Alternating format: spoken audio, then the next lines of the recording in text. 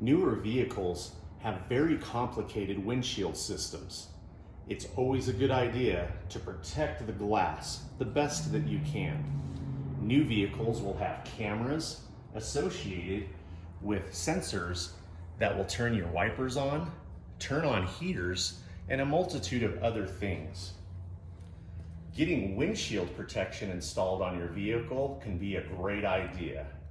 There are several products on the market that need to be installed professionally and by a certified shop. But what that does is it puts a coating on your windshield that's custom shrunk and placed right on the glass. It's actually an invisible product, and your windshield will not need to be recalibrated.